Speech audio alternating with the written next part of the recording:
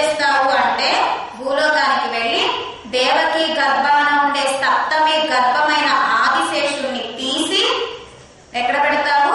వసుదేవుడికి ఇంకో భార్య రోహిణి, ఆమె ఎక్కడ ఉన్నది? గోకులంలో యశోదమ్మ ఇంట్లో ఉన్నది. వీళ్ళిద్దరు జైల్లో ఉన్నారు కాబట్టి ఇంకో భార్యని స్నేహితుడైన నందగోపుడి ఇంట్లో దాచాడు వసుదేవుడు. కనుక రోహిణి గర్భంలో ఈ సప్తమి గర్భాన్ని ఉంచు అని మాయకి చెప్పాడు, యోగ మాయకు కృష్ణ పరమాత్మ. వెంటనే యోగమాయ 7వ గర్భమైన ఆదిశేషుణ్ణి తీసి అక్కడ గోకులంలో ఉండే రోహిణి గర్భాన్ని పెట్టింది యోగమాయ. అప్పుడు పరమాత్మ చెప్పాడు, ఓ మాయ, నువ్వు యశోదమ్మ గర్భంలో ఉండు, అంటే నువ్వు అక్కడ గోకులంలో జన్మించు, నేను ఇక్కడ కృష్ణుడిగా మధురలో జైల్లో నేను పుడతాను. వెంటనే వసుదేవుడు మా నాన్నగారు వచ్చి నన్ను అక్కడికి తీసుకొస్తారు, నిన్ను ఇక్కడికి తీసుకొస్తారు అని ముందుగానే ప్రీ ప్లాన్ తో ఉన్నాడు పరమాత్మ. సరే, అట్లానే జరిగింది. 7వ గర్భం రోహిణి అక్కడ బలరాముడికి జన్మనిచ్చింది, ఇక్కడ కృష్ణుడిని జన్మనిచ్చింది దేవకి దేవి. అక్కడ గోకులంలో యశోద మాయకు జన్మనిచ్చింది. పుట్టగానే ఎలా పుట్టాడు కృష్ణయ్య? పుట్టేటప్పుడు లోకాల్లో ఏడుస్తూ ఒంటి మీద బట్టలు లేకుండా పుడతారు. కానీ మన కృష్ణయ్య సాక్షాత్ పరమాత్మే కదా, సామాన్యమైన మనుషులు కాదు కదా, అఖిలాండకోటి బ్రహ్మాండ నాయకుడు కాబట్టి అందంగా నవ్వుతూ అనేక ఆభరణాలతో, ఎన్ని ఆభరణాలు? వాచామ గోచరం, కిరీటమకుట చూడావదం సమకర కుండల గ్రైవేయక హార కేయూర కటక శ్రీవత్స కౌస్తుభ ముక్తాదామ ఉదర బంధన పీతాంబర కాంచీ గుణ నూపురాది అపరమిత దివ్య భూషణై. ఇన్ని ఆభరణాలతో జన్మించాడట కృష్ణయ్య. ఇంకా అందమైన కేశాలతో, ఉంగరాల జుట్టుతో జన్మించాడట. ఇంకా ఏడుస్తూ కాదు, నవ్వుతూ జన్మించాడట. చతుర్భుజాలతో జన్మించాడట. పంచాయుధాలను చేతుల పట్టుకుని నవ్వుతూ జన్మించాడట కృష్ణయ్య. భాగవతంలో శ్రీశుకుల వారు తం అద్భుతం బాలకం, కృష్ణ ఏం అద్భుతంగా జన్మించావయ్యా అంటారు శ్రీశుకుల వారు. సరే, జైలంతా కూడా రాత్రిపూట కదా, రాముడు పగలపూట జన్మించాడు, కృష్ణయ్య రాత్రిపూట జన్మించాడు, చీకటి. మరి కృష్ణయ్య పుట్టాడని ఎలా తెలిసింది వసుదేవుడికి? అంత చీకటిగా ఉంది. కృష్ణయ్య కూడా నల్లగానే పుట్టాడు, మరి ఎలా తెలిసింది? పెద్ద కాంతి వచ్చిందట. కృష్ణయ్య పుట్టగానే ప్రకృతి అంతా పరవశించిందట. రాక్షసులు పుట్టేటప్పుడు భూకంపాలు, సునామీలు, ప్రళయాలు వస్తాయట రాక్షసులు పుట్టేటప్పుడు.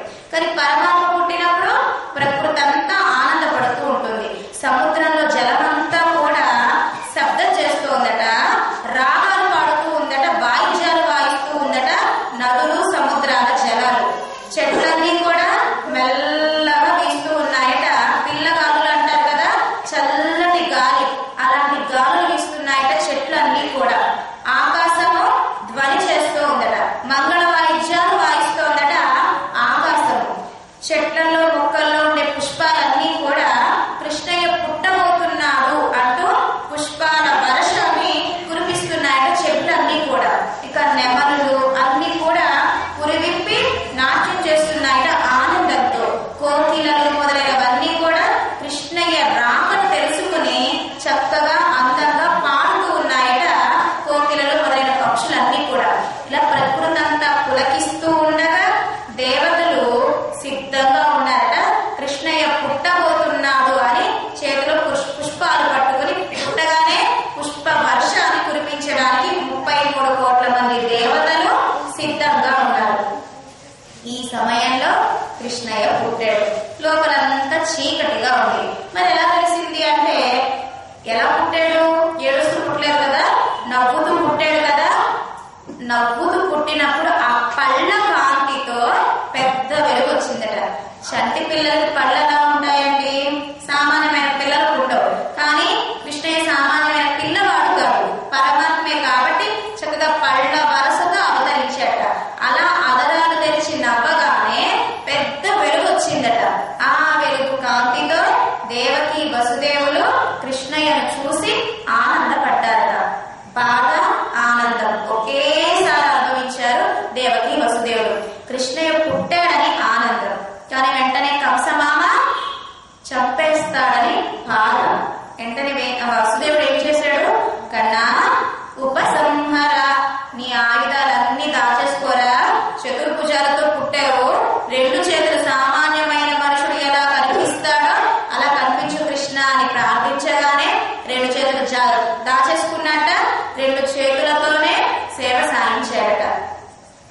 పుట్టిరందు కనుక పుట్టుక లేనివాడు పుట్టాడు జైల్లో కృష్ణయ్య. రామయ్య పెరిగి పెద్దయినాక తల్లిదండ్రుల మాట విన్నాడు. కానీ మన కృష్ణయ్య పుట్టగానే తల్లిదండ్రుల మాట విన్నాడు. ఏం విన్నాడు? కన్నా అన్ని చతుర్భుజాలతో ఒత్తి ఇక్కడ 2 చేతులు దాచేసుకోవడంగానే సరేనా అన్నగారు అంటూ పుట్టగానే తండ్రి మాట విన్న పిల్లాడెవరు అంటే మన నల్లటి కృష్ణయ్య. వెంటనే దాచేసుకున్నాడు. దేవకీదేవి స్పృహ కోల్పోయింది. వసుదేవుడికి అంత చూపించాడు కృష్ణ పరమాత్మ దేవకి వసుదేవుడికి. నేను సామాన్యమైన పిల్లవాడిని కాదు, మీకు 2 జన్మలుగా మీకు బిడ్డగా పుట్టాను, ఇది 3వ జన్మ, కృష్ణుడుగా పుట్టాను అంటూ చూపించాడు. మళ్ళీ వాళ్ళు ఆ విషయాన్ని మర్చిపోయేలా చేశాడు. ద్వారపాలకులు అందరూ కాపలా ఉంటారు కదా, వాళ్ళందరూ స్పృహ కోల్పోయాట. స్పృహ కోల్పోవడము కృష్ణయ్య పుట్టగానే దేవకి వసుదేవుల చేతులకు కాళ్ళకు ఉండే సంకెళ్ళు తెగిపోయాయట. అంటే కృష్ణుడు పుట్టగానే తల్లిదండ్రుల సంకెళ్ళను పోగొట్టిన వాడు కృష్ణయ్య. కానీ ఇప్పటి కాలంలో తల్లిదండ్రులను బాధ పెట్టేవారు పెట్టారు. అలానే అందరూ కాదు, బాధ పెట్టేవారి గురించి చెప్తున్నారు. కనుక పుట్టగానే తల్లిదండ్రుల్ని ఆనంద పెట్టిన వాడు కృష్ణయ్య. ఆ సంకెళ్ళు తొలగిపోగానే అందమైన బుట్టలో గున్న ఏనుగుల అందంగా ఉండే కృష్ణయ్యను ఆ తట్టలో పడుకోబెట్టి శిరస్సు మీద పెట్టుకుని ఎక్కడికి బయలుదేరాడు మన వసుదేవుడు? మధుర నుంచి గోకులానికి బయలుదేరాడు. ఏ సమయంలో పుట్టాడు కృష్ణయ్య? అర్ధరాత్రి, రాత్రి పూట పుట్టాడు. కనుక అటువంటి రాత్రి గొప్ప రాత్రి అట. అటువంటి రాత్రి ఇంకో రాత్రి లేనే లేదట. అదే పగలపూట కృష్ణయ్య పుట్టాడే అనుకోండి, కంసుడికి తెలిసిపోదు. కానీ చీకటి కూడా కృష్ణయ్యను రక్షించిందట. కనుక మన చీకటిని చూడంగానే ఏమనుకోవాలి? ఓ చీకటి, కృష్ణయ్యను రక్షించావా అని పొగడాలట కృష్ణ. చీకటి ఎలా ఉంటుంది? నల్లగా ఉంటుంది. కృష్ణయ్య ఎలా ఉంటాడు? నల్లగా ఉంటాడు. మన చీకటిని చూడగానే భయపడకూడదు, కృష్ణయ్యను చూసినట్లుగా ఆనందపడాలట. కనుక అటువంటి అద్వితీయమైన రాత్రి ఇంకో రాత్రి లేదు. కనుక మెల్లగా వసుదేవుడు కృష్ణయ్యను తీసుకొస్తూ ఉన్నాడు. భూమిదేవి ఆనందపడిపోతూ ఉందట. నా మీదకు కృష్ణయ్య రాబోతున్నాడు అని ఆనందంతో నాట్యం చేస్తోంది భూమిదేవి. ఇక గోకులానికి మధురకి మధ్యలో యమునా నది అడ్డు ఉన్నది. సరే, యమునా నది పరవళ్ళు తొక్కుతూ ఉందట. నాలోకి కృష్ణయ్య రాబోతున్నాడు అని పెద్ద పెద్ద సుడులతో ఆనందంగా నాట్యం చేస్తోంది. కృష్ణయ్యకు స్వాగతం పలుకుతోంది. కృష్ణ పాద స్పర్శ చేయాలని తహతహలాడుతూ ఉంది. ఎందుకని? కృష్ణ పాద స్పర్శ మనకు ఎప్పుడైతే లభించిందో మన అహంకారము, కామ, క్రోధ, లోభ, మోహ, మద, మాత్సర్యాలన్నీ కూడా స్వామి పాద స్పర్శ చేత దూరం అవుతాయి. కనుక యమునా నది కృష్ణ పాదాలను స్పర్శ చేయగానే అలా చక్కగా దారి ఇచ్చేసిందట యమునా నది. చిరు జల్లు పడుతూ ఉన్నాయట ఆనందంతో. కృష్ణయ్య మీద వర్షం పడకూడదు కనుక ఎవరొచ్చారు? వెంటనే ఆదిశేషుడు గొడుగైపోయినాడట కృష్ణయ్యకి. సరే, ఇలా యమునలోకి నడుచుకుంటూ వెళుతూ ఉన్నాడు. గోకులం వచ్చింది. అందరూ నిద్రలో ఉన్నారు. గోకులంలో యశోదమ్మకు మాయ జన్మించింది. వెంటనే వసుదేవుడు కృష్ణయ్యను యశోదమ్మ పక్కలో పడుకోబెట్టి ఆ యశోదమ్మ పక్కలో ఉండే మాయని మళ్ళీ శిరస్సు మీద పుట్టలో పెట్టుకుని యథాతథంగా మొదలకు వచ్చేశాడు. మళ్ళీ ద్వారపాలకులు వసుదేవుడు రావడము, అందరికీ మెలకు రావడం, అవంతటా అవే జైలు తలుపులు మూసుకుపోయినాయి. మళ్ళీ సంకెళ్ళు వసుదేవుడికి వచ్చేసినాయి. సరే, అందరు ఏమనుకుంటున్నారు? పిల్ల పుట్టింది, అయ్యో అబ్బాయి పుడతాడు అనుకున్నాము, కానీ అమ్మాయి పుట్టింది అనుకుంటున్నారు. కంసుడికి ఈ వార్త తెలిసింది. తెలియగానే పరుగున వచ్చాడు. అదే అబ్బాయి కదా అనుకున్నది, అమ్మాయి పుట్టిందేంటి అనుకున్నాడు. అలానే ఎత్తుకుని రాయికేసి కొట్టబోయాడు. అలా ఆకాశ మార్గానికి వెళ్ళింది ఆ మాయ. కృష్ణయ్య చెప్పిన ఆజ్ఞ చేసినందుకు, పాటించినందుకు మాయకి అనేక పేర్లు వచ్చినాయి. మాయ, అంబ, అంబాలిక, కాళి, దుర్గా మొదలైన పేర్లన్నీ వచ్చినాయి. కనుక ఇలా కృష్ణయ్య ఆజ్ఞ ప్రకారంగా వచ్చి ఇంత పెద్ద కార్యాన్ని చేసింది మాయ అయిన దుర్గా. కనుక కృష్ణయ్య యొక్క చెల్లెలు. ఇక్కడ అయిపోయింది కదా, అక్కడ కథ ప్రారంభమైంది. ఓదిరవిల్ గొలిత్తి మగనాయ్ ఒళిత్తు వడరా, దాగి పెరిగేట కృష్ణయ్య. ఎందుకని? కంసుడికి దాగాల్సిన అవసరం లేదు. ఎందుకని? కృష్ణయ్య అఖిలాండకోటి బ్రహ్మాండ నాయకుడు కనుక సంహరించాలంటే సంహరించేయగలడు. కానీ దాగి ఎందుకు పెరిగాడు? ఎదురు చూశాడట, కంసుడు మారతాడేమో అని. మారకపోయేసరికి కంస వధ చేశాడు కృష్ణయ్య. ఇక్కడ పాపం అక్కడ లోకంలో పిల్లలు పుట్టగానే పండుగ జరుపుకుంటారు. హాస్పిటల్స్ లో కానివ్వండి, ఇంటికి వచ్చినాక ఉయ్యాల్లో వేయడము, బంధువులందరినీ పిలుచుకోవడము, మొత్తం పిండి వంటలు చేసి భోజనాలు పెట్టడము, పిల్లాడు పుట్టాడు అని తెలియగానే స్వీట్లు పంచి పెట్టుకోవడం. సామాన్యమైన పిల్లలు పుడితేనే ఇలా ఉత్సవం జరుపుకుంటున్నారు. మరి అఖిలాండకోటి బ్రహ్మాండ నాయకుడు మొదలులో పుట్టగానే ఏ ఉత్సవము లేదట, పాపము ఏ ఆర్భాటము లేదట. అలా వచ్చేసాడు వెంటనే గోకులానికి. ఇప్పుడు ఉత్సవం అంతా ఎక్కడ ప్రారంభమైంది? గోకులంలో ప్రారంభమైంది. వెంటనే కృష్ణయ్య యశోదమ్మ పక్కలో పడుకోబెట్టగానే క్యారు క్యారు అని ఏడ్చాడట. అంటే పుట్టినప్పుడు ఆకలి వేయలేదు, ఏడవలేదు. వసుదేవుడు తట్టలో పెట్టుకుని యమునా నదిలో తీసుకొస్తున్నప్పుడు ఏడవలేదు, దారిలో ఏడవలేదు, నవ్వుతూ ఉన్నాడు. యశోదమ్మ పక్కలో పడుకోబెట్టగానే ఏడ్చాడట. పిల్లాడు పుట్టాడు అని అందరికీ తెలిసి గోకుల వాసులందరూ కూడా ఎక్కడ ఉన్నారు? నందుని ఇంటి బయట ఉన్నారట. అందరూ ఉత్సవాలు జరుపుకుంటూ ఉన్నారట. వెంటనే పిల్లాడు ఏడవగానే యశోదమ్మ పాలు ఇచ్చిందట మన కృష్ణయ్యకు. అమ్మయ్య, ఇప్పుడు నేను అమ్మ దగ్గర పాలు తాగాను అని ఆనందపడుతూ ఉన్నట్ట కృష్ణయ్య. నందగోపుడికి ఆనందం, లేక లేక పిల్లాడు కలిగాడు అని యశోద నందులకు ఆనందం. రాజుకి బిడ్డ పుడితే ప్రజలందరికీ ఆనందం. కనుక ఇప్పుడు గోకుల వాసులందరూ కూడా నందుడి ఇంటి బయట నుంచుని ఉత్సవాలు జరుపుకుంటూ ఉన్నారు. కృష్ణయ్య పుట్టాడు అని హారతులు ఇచ్చేవారు కొంతమంది, కృష్ణయ్యకు పుట్టాడు అని మంగళ వాయిద్యాలు వాయించేవాడు కొంతమంది. గోకుల వాసులకు ఏంటి సంపద? పాలు, పెరుగు, వెన్న, నెయ్యి. ఒకళ్ళొకళ్ళు చిమ్ముకుంటున్నారట. హోలీ ఎలా అయితే జరుపుకుంటారో అలాగే ఇప్పుడు వెన్న, నెయ్యి, పాలు, పెరుగు అందరూ చిమ్ముకుంటున్నారట. కిందంతా పాలు బురద అయిందట, పెరుగు బురదగా ఉందట. కృష్ణయ్య పుట్టాడు అన్న వార్తను చెప్పడానికి పరిగెడుతూ వెళ్ళి పడిపోయేవారు కొంతమందట. కౌగిలించుకునే ఆనందాన్ని వ్యక్తం చేసేవారు కొంతమందట. నాట్యాలు, కోలాటాలు చేసేవారు కొంతమందట. మంగళ పాటలు పాడేవారు కొంతమందట. నాట్యం చేస్తూ పవిటలు జారిపోతున్నా తెలియట్లేదట. నాట్యం చేస్తూ ముడులు విడిపోతున్నా తెలియట్లేదట. అంటే కృష్ణయ్య పుట్టాడు అని గోకులంలో ఇంత ఆనందంగా ఉత్సవాలు జరుపుకుంటూ ఉన్నారు.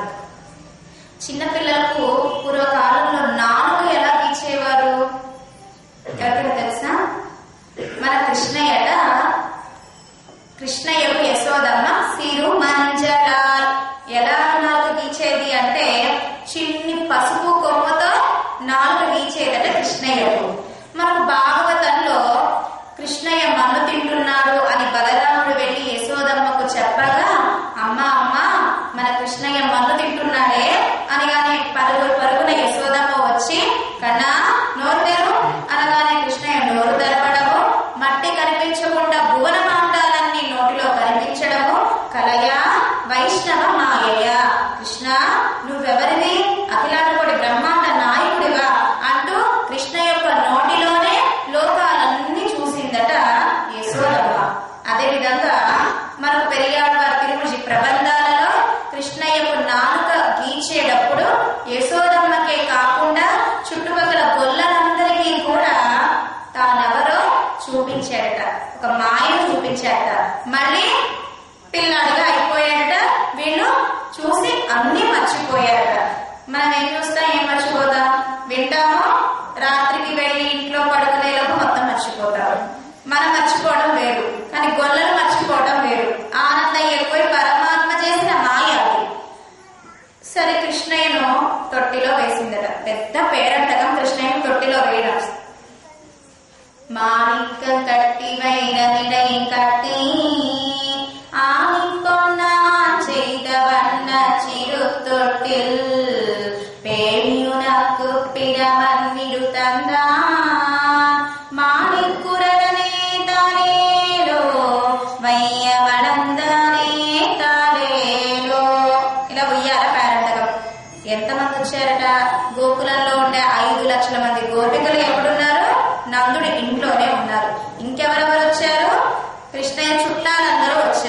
మన చుట్టాలు సామాన్యమైన మనుషులు, కానీ కృష్ణయ్య చుట్టాలు ఎవరు?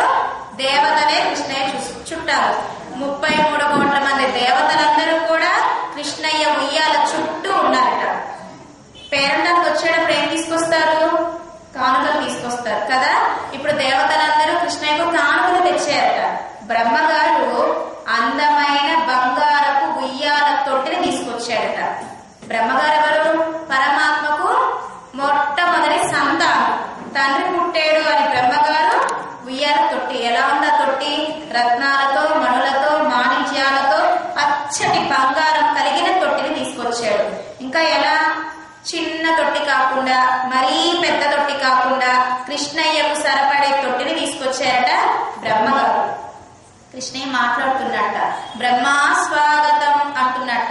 చిన్నపిల్లలు ఏదో అరుస్తూ ఉంటారు కదా, అలాగే మన పిల్లాడు కూడా ఏదో అరుస్తున్నాడు అని దేవతలకి కృష్ణయ్యకి ఈ మాటలు అర్థమవుతాయి, మిగతా ఎవరికి అర్థం కావు. బాబాయ్ మా కృష్ణయ్య ఏదో అరిచేస్తున్నాడంటే ఏదో అయ్యింది అంటూ దిష్టి తీసేదట మన యశోదమ్మ. మళ్ళీ మన శివపిర వచ్చాడట, శంభో స్వాగతం అంటున్నట్ట మన కృష్ణయ్య. మరి శివుడు ఏం తీసుకొచ్చాడు? తాతగారికి అంటే కృష్ణుడికి అంటే అందమైన మువ్వల పట్టీలు తీసుకొచ్చాట. కృష్ణ పాదాలకు సరిపడే పట్టీలు. అయిపోయింది. కుబేరుడు వచ్చాడట, కుబేర స్వాగతం అంటున్నట్ట. కుబేరుడు ఏం తీసుకొచ్చాడు? కృష్ణ యొక్క శిరస్సుకు చక్కగా అందంగా కేశ సౌందర్యానికి ఉపయోగపడే పిన్నీసులన్నీ తీసుకొచ్చాట. అదేవిధంగా సూర్యప్రభ, చంద్రప్రభ అంటారే అవన్నీ తీసుకొచ్చాట కుబేరుడు మన కృష్ణయ్యకి. ఇక దుర్గాదేవి చెల్లెలు కూడా వచ్చిందట. ఈమె తీసుకొచ్చింది? పుడుతూ పుడుతూ నల్లగా పుట్టాడు మా అన్నయ్య, కొంచెం తెల్లబడాలి అంటూ ఇప్పుడు భాషలో ఫేస్ ప్యాక్ పౌడర్స్ అంటారు కదా, అలాంటివన్నీ చూర్ణాలు, చందనం పొడి, తులసి పొడి మొదలైన పరిమళ ద్రవ్యాల, తెల్లగా అయ్యే ద్రవ్యాల పొడులన్నీ తీసుకొచ్చిందట దుర్గాదేవి కృష్ణయ్యకు కానుకగా. ఇక లక్ష్మీదేవి భార్యమణి కూడా వచ్చారట. ఏం తీసుకొచ్చింది? మా శ్రీవారు చాలా సుకుమారులు అని అందమైన తులసి మాలలు, కదంబ మాలలు, పుష్పమాలికలన్నీ కూడా తన భర్త గారికి తీసుకొచ్చింది లక్ష్మీదేవి. ఇంకా వరుణుడు, వరుణ స్వాగతం అంటున్నట్టు కృష్ణయ్య. వరుణుడు ఏం తీసుకొచ్చాడు? సముద్రంలో ఉండే ముత్యాలు, రత్నాలు, మణుల, మాణిక్యాల హారాలన్నీ కూడా వరుణుడు తీసుకొచ్చాడట కృష్ణయ్యకు. ఇలా దేవతలందరూ కానుకలు తెచ్చి మన కృష్ణయ్యకు ఇచ్చారట. కొంచెం పెద్దవాడు ఉంటున్నాడు, ఉయ్యాల్లోనే పడుకోవడం, ఉయ్యాల్లోనే కూర్చోవడం, ఉయ్యాల్లోనే ఉంచోవడం మన కృష్ణయ్య. కృష్ణయ్యకు ఎత్తుకోవడం అంటే ఇష్టం ఉండదట. బయట వదిలేయాలి అంటే బయట నడవడము, పాకడము, గెంతడము, గోపికల దగ్గరకు వెళ్ళడము, నవనీత చౌర్యము చేయడం అంటే మన కృష్ణయ్యకు బాగా ఇష్టం అంట. కనుక ఉయ్యాల్లోనూ ఉండేవాడు కాదు, యశోదమ్మ ఎత్తుకున్నా ఉండేవాడు కాదు. యశోదమ్మ పెరుగు చిలుకుతూ ఉంటే మెల్లగా వెనకాల నుంచి వచ్చి, అమ్మా పొద్దు నుంచి చూస్తున్నానే, పొద్దు నుంచి ఇప్పటి వరకు పెరుగు చిలుకుతూనే ఉన్నావు, ఈ చేతులు చూడు ఎలా కందిపోయినాయో, నాన్న చాలా పిసినారమ్మా. ఇప్పుడు అందరూ ఏమి ఇంట్లో పని మనుషులని, ఇంట్లో పని మనుషులు, బట్టలు దొరకడానికి పని మనుషులు, లేకపోతే వాషింగ్ మిషన్స్, ఇప్పుడు అన్ని చాలా సదుపాయంగా పని మనుషులు దొరుకుతూ ఉన్నారు, సదుపాయమైన వస్తువులు అన్నీ వచ్చాయి. కానీ పూర్వం అలా కాదు కదా, అన్ని పనులు యశోదమ్మే చేసుకునేదట. ప్రత్యేకంగా పెరుగు చిలకమని ఎవరికి చెప్పేది కాదట, తనకు తానే పెరుగు చిలికేదట. ఎందుకని? తన చేతులతో తీసిన వెన్న ముద్దలు కృష్ణయ్యకు పెట్టడం అంటే యశోదమ్మకి ఇష్టం అంట. కనుక వీళ్ళ కులవృత్తి కూడా, గొల్లల కులవృత్తి ఏమిటి? పెరుగు చిలకడము, వెన్న తీయడం. పొద్దు నుంచి సాయంత్రం వరకు పెరుగు చిలుకుతూనే ఉంటుందట. కనుక అమ్మ నీ చేతులన్నీ కందిపోతున్నాయే, నాన్న చాలా పిసినారి, పని మనిషిని పెట్టొచ్చును కదా, నువ్వు చూడు ఎంత కష్టపడుతున్నావో అంటున్నట్టు చిన్న పిల్లాడు కృష్ణయ్య యశోదమ్మ దగ్గరకు వచ్చి. యశోదమ్మ అందట కదా, నిజమేరా కన్నా నాన్న పిసినారేరా, నా కష్టాన్ని నువ్వు చూసావు తప్ప మీ నాన్న ఏనాడు పట్టించుకోలేదు అని ఒక ముద్దు పెట్టిందట యశోదమ్మ. ఎంతో ఆనందపడిపోతాట కృష్ణయ్య. ఈ కోరికల కోసమే కదా కృష్ణయ్యగా యశోదమ్మ దగ్గర వచ్చి పెరుగుతూ ఉన్నది. చంటి పిల్లల తల్లుల చీరలు ఎలా ఉండాలట?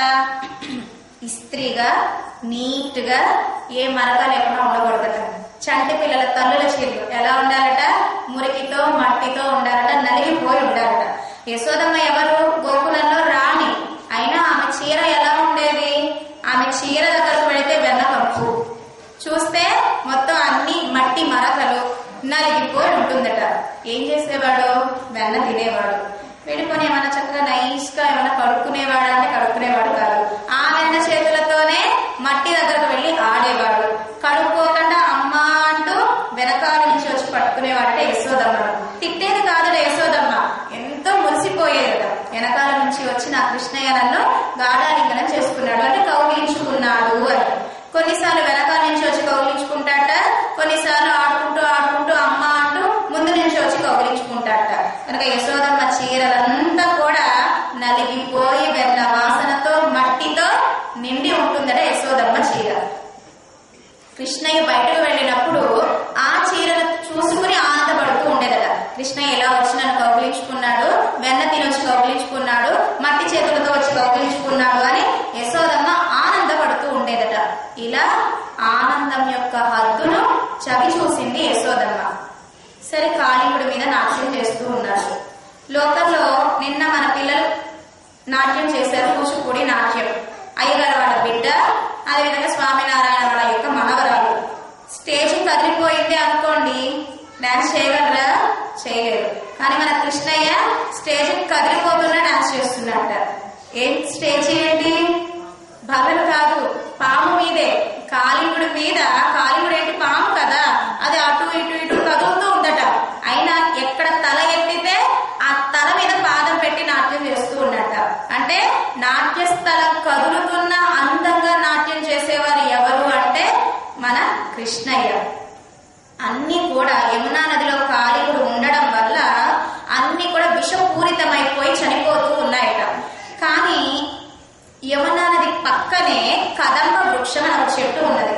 అది మాత్రం నిగనిగలాడుతూ ఉందట, పుష్పాలతో, కాయలతో, చక్కగా గ్రీన్ లీవ్స్ తో.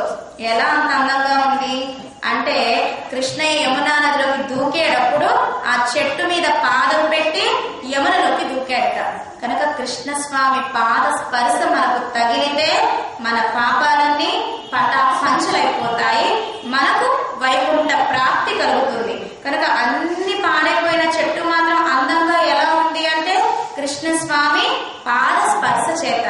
కాళింగుడు రాకమునకు యమునా నది అందంగా ఆనందంగా ఉండేది. ఎప్పుడైతే కాళింగుడు ప్రవేశించాడో యమునా నదికి విష సరస్సు అయిపోయింది. కనుక మనకు కూడా లోపల అహంకారం ప్రవేశించినంత వరకు మనం కూడా హాయిగా ఉంటాం, పక్క వాళ్ళని బాధ పెట్టాం. ఎప్పుడైతే మన మనసులోకి అహంకారం ప్రవేశించిందో, కాళింగుడు ఎలా అయితే యమునలోకి ప్రవేశించి యమునా నదిని ఎలా అయితే నాశనం చేశాడో, మన అహంకారమే మనల్ని నాశనం చేస్తూ ఉంటుంది. కనుక అన్ని చేష్టితలు యశోదమ్మ అనుభవించింది, కృష్ణ చేష్టితలు. ఆనందం యొక్క హద్దును చవి చూసింది. కానీ దేవకీదేవి జైల్లో బాధపడుతూ ఉందట. పిల్లాన్ని కన్నానే కానీ వాడికి పాలు కూడా ఇవ్వలేదు.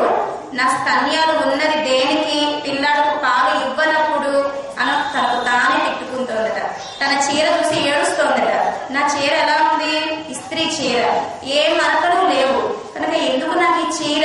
యశోదమ్మ చీర ఎప్పుడు మట్టితో మురికితో ఉంటుంది. కనుక ఆమె చీర ధన్యం చేసుకుంది, నేను కట్టుకున్నాను కాబట్టి నా చీర కూడా పాపం చేసుకుంది అని ఏడుస్తోంది. యశోదమ్మ ఏం బువ్వ తింటుందో తెలుసునా? తనీగా కంచం పెట్టుకుని అన్నం తినదట యశోదమ్మ. కృష్ణయ్యకు బువ్వ పెడుతుంది కదా నోట్లో. ఆ చిన్ని పిల్లలు కదా కృష్ణయ్య, తినేటప్పుడు చిన్నపిల్లలకి బువ్వ పెడుతూ ఉంటే ఇటు ఇటు కారిపోతూ ఉంటుంది అదరాలకి, సొంగ అంటారే. కృష్ణయ్యకు పెట్టిన తరువాత మిగిలిన ముద్ద తాను తినేదట. ఇంకా ఈ కృష్ణయ్య అదరాలకు అంటుకున్న ఆ సొంగైన శేష ప్రసాదం యశోదమ్మ తినేదట. తనిగా అన్నం తినేది కాదు, వేరేగా యశోదమ్మ. కనుక ఇప్పుడు దేవకి అంటోంది, నేను నా కోసం అన్నం తింటున్నా, నా బిడ్డ శేష ప్రసాదం అంటే నా పిల్లాడికి పెట్టగా మిగిలిన ఆ ఎంగిలి ముద్ద నేను తినలేదు, నాకు ఆ భాగ్యం కలగలేదు. కానీ యశోదమ్మ నిత్యము కృష్ణయ్య ఆరగించిన ప్రసాదం నిత్యము యశోదమ్మ తింటుంది. ఏమి నొమ్ము నొచ్చిందో యశోదమ్మ, నేనేం పాపం చేశానో, నన్ను కట్టుకున్నాడు కాబట్టి వసుదేవుడు దురదృష్టవంతుడైనాడు, యశోదమ్మను కట్టుకున్నాడు కనుకనే నందుడు అదృష్టవంతుడైనాడు అని తనకు తాను బాధపడుతూ యశోదమ్మ అనుభవించింది అంటూ యశోదమ్మ గురించి ఆనందపడుతూ ఉందట. మన దేవకీదేవి జైల్లో ఉంది. గోపికలందరూ వచ్చి కృష్ణయ్యను ఆడిస్తున్నారట. కన్నా మీ నాన్న అంటున్నారట. అందరూ చిన్నపిల్లలు మాట్లాడుతూ ఉన్నారే అనుకోండి, వాళ్ళ పేరేంటి, నీ పేరేంటి అని అడుగుతూ ఉంటారు కదా. గోపికలందరూ వచ్చి కృష్ణయ్యని అడుగుతున్నారట. వచ్చి రాని మాటలు మాట్లాడుతూ ఉన్నట్ట.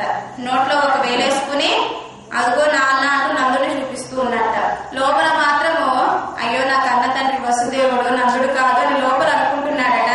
బయటకు మాత్రం అదిగో నాన్న అంటూ చూపిస్తున్నట్ట. కనుక నందుడు అదృష్టవంతుడైనాడు. కానీ ఇక్కడ వసుదేవుడు నన్ను కట్టుకున్నాడు కాబట్టి కృష్ణ చేష్టత ఏ ఒక్కటి అనుభవించట్లేదు అని జైల్లో ఉండే దేవకీదేవి విపరీతంగా బాధపడుతుంది.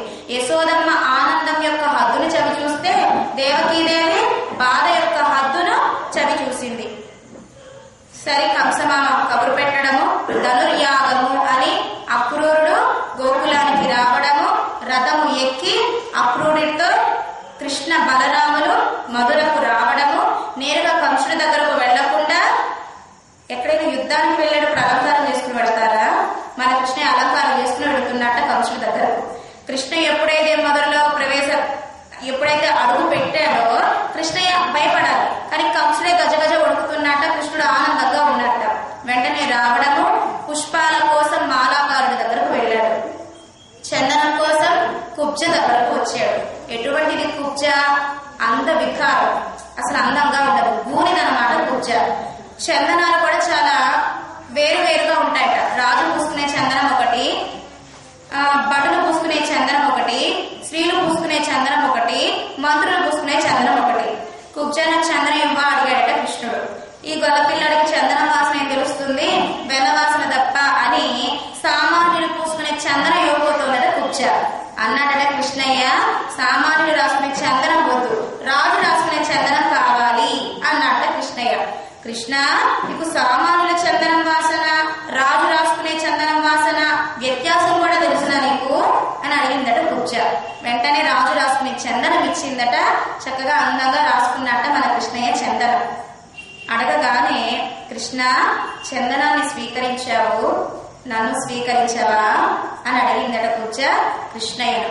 వెంటనే కృష్ణ స్వామి స్పర్శ చేత వికారురాలు కలిగిన కుబ్జ అందమైన యువతిగా మారిపోయిందట కృష్ణస్వామి స్పర్శ చేత. అలా కుబ్జను అనుగ్రహించాడు. చాకలివాడి దగ్గరకు వెళ్ళాట పట్టు పీతాంబరాలు ధరించడానికి. చాకలివాడు అన్నాడు కదా, నేను ఇవ్వను అన్నట్ట. ఆ కక్ష ఎప్పటి వరకు పెట్టుకున్నాడు కృష్ణయ్య? కలియుగంలో రామానుజుల వారు కన్నా ఆ చాకలివాడిని అనుగ్రహించవా అంటే రామానుజుల వారు చెప్పగా అప్పుడు కృష్ణయ్య చాకలివాడిని అనుగ్రహించాడు. వెంటనే మధురకు రావడము, రాజ్యానికి ప్రవేశించడము, కువలయాపీడనం అనగానే ఏనుగుని చంపి చాణిర ముష్టికుల్ని సంహరించి చివరికి కంజన్ వైద్యుల్ నిరుపెన్న నిన్న నిడుమాలే. ఎటువంటి కంసుడు? గోకులంలో 5 లక్షల మంది గోపికల యొక్క బాధంతా కూడా కృష్ణుడు కంసుడికి కొట్టలో వేశాడట. ఇప్పుడు 5 లక్షల మంది గోపికలు బాధపడుతున్నారు కృష్ణయ్య దూరం అయినందుకు. కానీ ఇప్పుడు ఆ బాధంతా ఎవరు పడుతున్నారు? మన బాధ మనమే పడలేకపోతున్నాం కదా. కానీ కృష్ణయ్య 5 లక్షల మంది హృదయాలలో ఉండే బాధను తీసి కంసుడి కొట్టలో వేశాడట. కంజన్ వైద్యుల్. ఇప్పుడు 5 లక్షల మంది గోపికలు పడే బాధ ఒక రాక్షసుడైన కంసుడే పడుతున్నాడు. ఏం చూసినా భయపడుతూ ఉన్నాడు. వెంటనే కృష్ణయ్య రావడము, కంసుడిని సంహరించడం. ఎప్పుడైతే కంసుడు చనిపోయాడో నేరుగా ఎక్కడికి వెళ్ళాడు? దేవకి వసుదేవుడి దగ్గరకు వెళ్ళాడు కృష్ణయ్య. వెళ్ళడము, దేవకి వసుదేవుడి యొక్క సంఘటన పోగొట్టడం. ఇప్పుడు దేవకి ఉన్మస్తకమైన ఆనందాన్ని అనుభవిస్తుంది. పుట్టినప్పుడు వెళ్ళిన పిల్లాడు 10 సంవత్సరాలకు తిరిగి వచ్చాడు. ఇప్పుడు కృష్ణయ్యకి ఎన్ని సంవత్సరాలు? 10 సంవత్సరాలు. ఈలోపు కంసుడు తాటకి అనేక మంది పూతన, సకటాసుర, వత్సాసుర, కపిత్తాసుర, అగాసుర, ధేనుకాసుర, కేసి, కాళింగి మొదలైన రాక్షసులందరినీ పంపించాడు. అందరినీ 10 సంవత్సరాల లోపే చంపాడు. 10 సంవత్సరాలు రావడము, కంస సంహారము చేయడము, జైల్లోకి వెళ్ళడము, తల్లిదండ్రుల యొక్క సంఖ్యలను తొలగింప చేయడం. దేవకీదేవి ఎంతో ఆనందపడిపోతుంది, బాధపడుతుంది. ఇప్పటి వరకు నీ లీలను కృష్ణయ్య పెద్దవాడైనాక ఎలా పాల్గొనలేడు, దేవకి పెద్దదైనాక కృష్ణయ్య పెద్దయినాక ఎలా పాలించింది దేవకీదేవి అని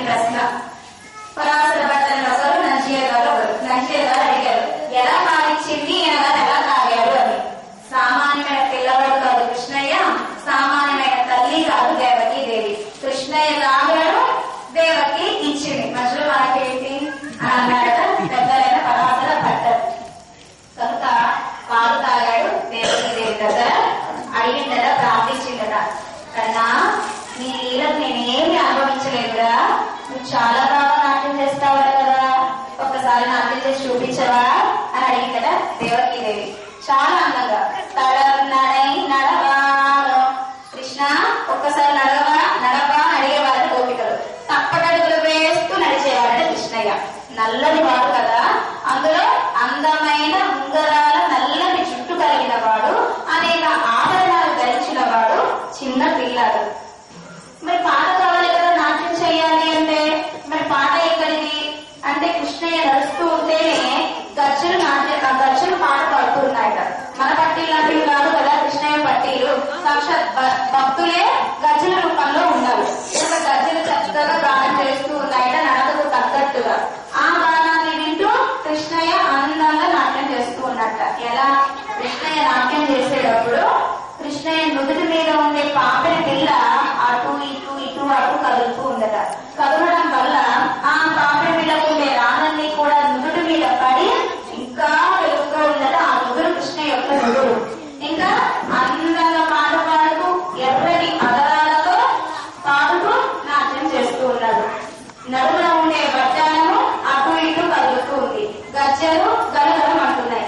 ఇలా నడై నడవాలో ఇలా అందంగా ఇప్పుడు మధురలో నాట్యం చేసి చూపించాడట. 10 సంవత్సరాలు చేసేదన్నీ కూడా దేవకి 10 నిమిషాలు చూపించేశాడట. అలా మెరుమాలే తల్లి తండ్రుల విషయంలో పిచ్చి ప్రేమ కలిగిన వాడా అంటోంది గోదాదేవి. ఉన్నై అరుత్తిత్తు బంధం పరైతరుదియాగిల్ తిరుత్తక్క సెల్వము సేవగము యాపాడి వరుత్తం తీరందు మగిలిందేలో రెంబాబాయ్. కృష్ణ నీ దగ్గరికి ఎందుకు వచ్చామో తెలుసునా? నీ జన్మ రహస్యాన్ని చెప్పడం కోసం, నీ దగ్గర కోరికలు కోరడం కోసం. ఏం కావాలి నీకు అన్నట్ట కృష్ణయ్య. ఇప్పుడు చెప్పము, 29వ పాఠంలో చెప్తాము. కనుక యా పాడి మేము నామ సంకీర్తన చేస్తున్నాం. నామ సంకీర్తన చేసేటప్పుడు ఎలా చేయాలి? అలా రాయిన నుంచి నామ సంకీర్తన చేయకూడదు. గట్టిగా వృత్తి మగనాయి ఒడిత్తు వరదా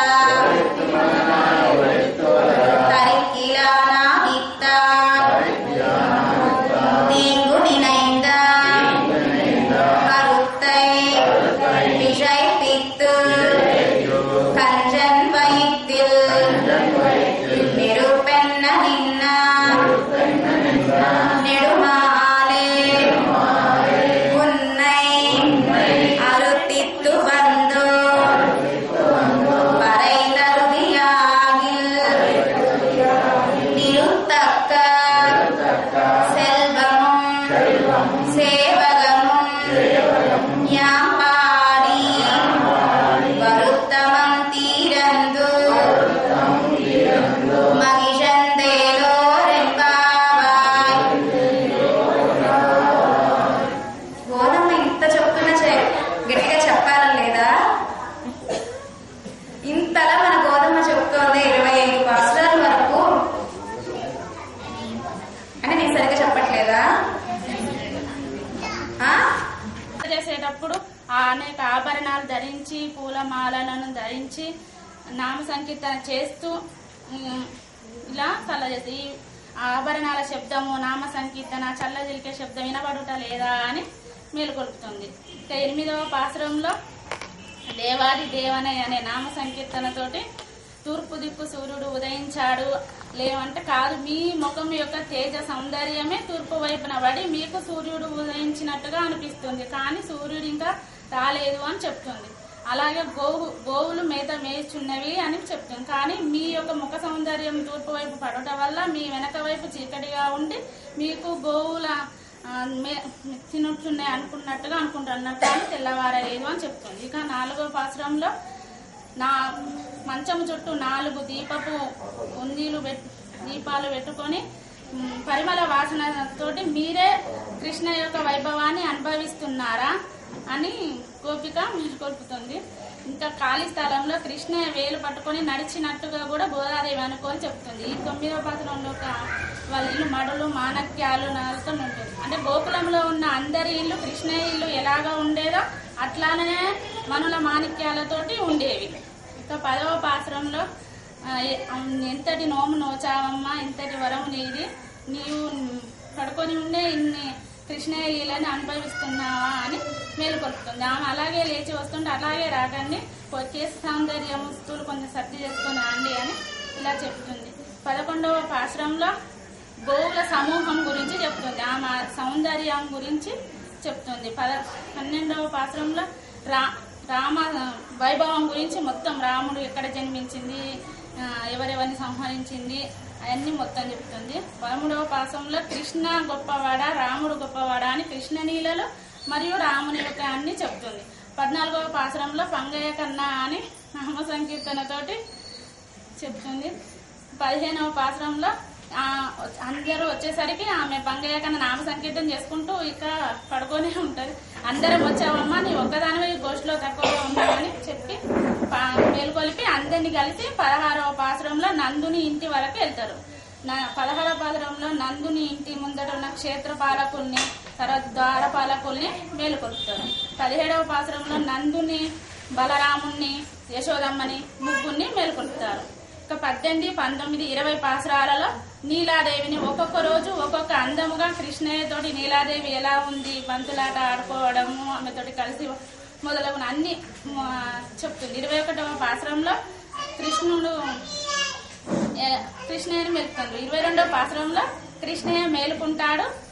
ఎట్లా మేలుకున్నాడు, తామర పుష్పం ఎలా విచ్చుకుంటుందో అలాగా నేత్రాలు నెమ్మదిగా తెరిచి మమ్మల్ని కటాక్షించు కానీ ఒకేసారి తెరిచి మమ్మల్ని జగన్ చెప్తుంది. 23వ పాశ్రంలో సింహాసనం మీదకి ఎలా రావాలి, సింహం వలె గర్జించి, పులి వలె దిక్కుతూ, ఎద్దు వలె గర్వంగా, పాము వలె, పులి, సింహము, ఏనుగు వలె అందంగా నడుస్తూ రావాలని అనుకుంటుంది. 24వ పాశ్రంలో ఆయన నడిచి వచ్చినందుకు ఈ పాదాలు కందిపోయినాయా అని మంగళ శాసనాలు, పాదాలకు మంగళ శాసనాలు, యుద్ధాలు చేసినందుకు భుజాలు కందిపోయిన భుజాలకు మంగళ శాసనాలు, మనం అందరు దృష్టి పడిన ముఖానికి మంగళ శాసనం, ఇలా మంగళ శాసనం పలుకుతుంది. ఇవాళ 25వ పాశ్రంలో మొత్తం ఆయన జన్మించింది, ఎక్కడ జన్మించింది, ఎక్కడ పుట్టింది, యశోద నందుల దగ్గర ఉన్నది, దేవకి వసులకు జన్మించిన మొత్తం కృష్ణ లీలనన్నీ వాళ్ళు చెప్పారు. అమ్మవారు ఏమన్నా తప్పులు పరయన్న వాయిద్యం విని గోపికలు వ్రతం చేస్తున్నారే అని అందరి ఇంట్లో నుంచి బయటకు రావాలి కనుక పరై అన్న వాయిద్యం తప్పెట కావాలి అని అడుగుతున్నారు. పల్లాంటి సైపారే మాకు మంగళం హారతులు ఇచ్చేవారు కావాలి. ఇప్పుడు హారతులు ఏంటి, ఇప్పుడు ఎందుకు మంగళాశాసనము అంటే మరి ఇంతమంది 5 లక్షల మంది గోపికలు ఉంటే దిష్టి తగలదు మాకు, కనుక మాకు మంగళాశాసనం చేసేవారు కావాలి. ఇంకేం కావాలి, అయిపోయినాయి ఉండవయ్యా కృష్ణ, ఇంకా మా కోరికలు చాలా ఉన్నాయంటుంది. కోల వీళ్ళకే దీపం కావాలి. ఇప్పుడు దీపం ఎందుకు, చీకట్లో వెళితే మా ముఖాలు అందరికీ కనిపించాలా, అంటే దీపం కావాలి అంటుంది. కోడియే ధ్వజం కావాలి అంటుంది. ఇప్పుడు ధ్వజం ఎందుకు మీకు అంటే ఫ్లాగ్ అంటారు కదా ధ్వజం, అదెందుకు మీకు, మరి పలానా గోష్ఠి వాళ్ళు వ్రతం చేస్తున్నారని తెలియాలా, అంటే మాకు ధ్వజం కావాలి. వితానమే వితానం చాందిని కావాలి. ఇప్పుడు చాందిని మీకెందుకు, పైనుంచి మంచు వర్షం కురుస్తుందయ్యా, నీకే లోపల ఉంటావు హాయిగా, కనుక ఆ మంచు వర్షం మా మీద కురవకుండా మాకు చాందిని కావాలి అంటున్నారు. ఇవన్నీ ఇవ్వడం నా వల్ల కాదు అన్నట్ట కృష్ణయ్య. లేదు కృష్ణ, మాకు అన్ని ఇవ్వాల్సిందే. ఆది నిలయ్యా, నువ్వెవరివి, సామాన్యమైన కృష్ణుడుగా లేదు, అఖిలాండ కోటి బ్రహ్మాండ నాయకుడు. ప్రళయ సమయంలో లోకాలన్నీ మింగి నీ బొజ్జలో దాచుకుని చిన్ని లేత మర్రాకు మీద పడుకుని ఉన్నావు. అంటే మర్రాకు మీద కృష్ణుడు పరమాత్మ, పరమాత్మ వడభద్ర సాయి లోపల 14 భువన భాండాలన్నీ ఉన్నాయట. ఎలా సాధ్యం అసలు, పడవలో ఎక్కువ మంది ఎక్కితేనే దిగిపోమంటారు, పడవ మునిగిపోతుందని. లిఫ్ట్ లో 4, 5 ఎక్కితే బ్యాలెన్స్ చేయలేదని దిగిపోమంటారు. మరి చిన్ని లేత మర్రాకు మీద ఇన్ని లోకాలన్నీ బొజ్జలో పెట్టు నువ్వు ఎలా పట్టుకున్నావు, నీకు ఒక్కడికే అది సాధ్యం. కనుక ఇన్ని కోరికలు తీర్చడానికి నీకు సాధ్యం అవుతుంది కృష్ణ, కనుక మా కోరికలను తీర్చు అంటున్నారు. ఆది నిలయ్యా, ప్రళయ సమయంలో ఎవ్వరూ చూడలేరట. ఎందుకని, అందరి బొజ్జలోకి మనందరి బొజ్జలో వేసేసుకుని రక్షిస్తాడు పరమాత్మ. కానీ ఒక్కడు చూశారట ప్రళయ సమయంలో. ఎవరు చూశారు, మృకండ మహర్షి. ఎవరైనా శివుడి భక్తుడు, మృకండ మహర్షి శివుడి భక్తుడు. మార్కండేయుడు ఒక్కడే చూశాడు. శివభక్తుడు ఎవరు? మార్కండేయుడు ఒక్కడే ప్రళయంలో పరమాత్మని చూశాడట. నువ్వెవరివి?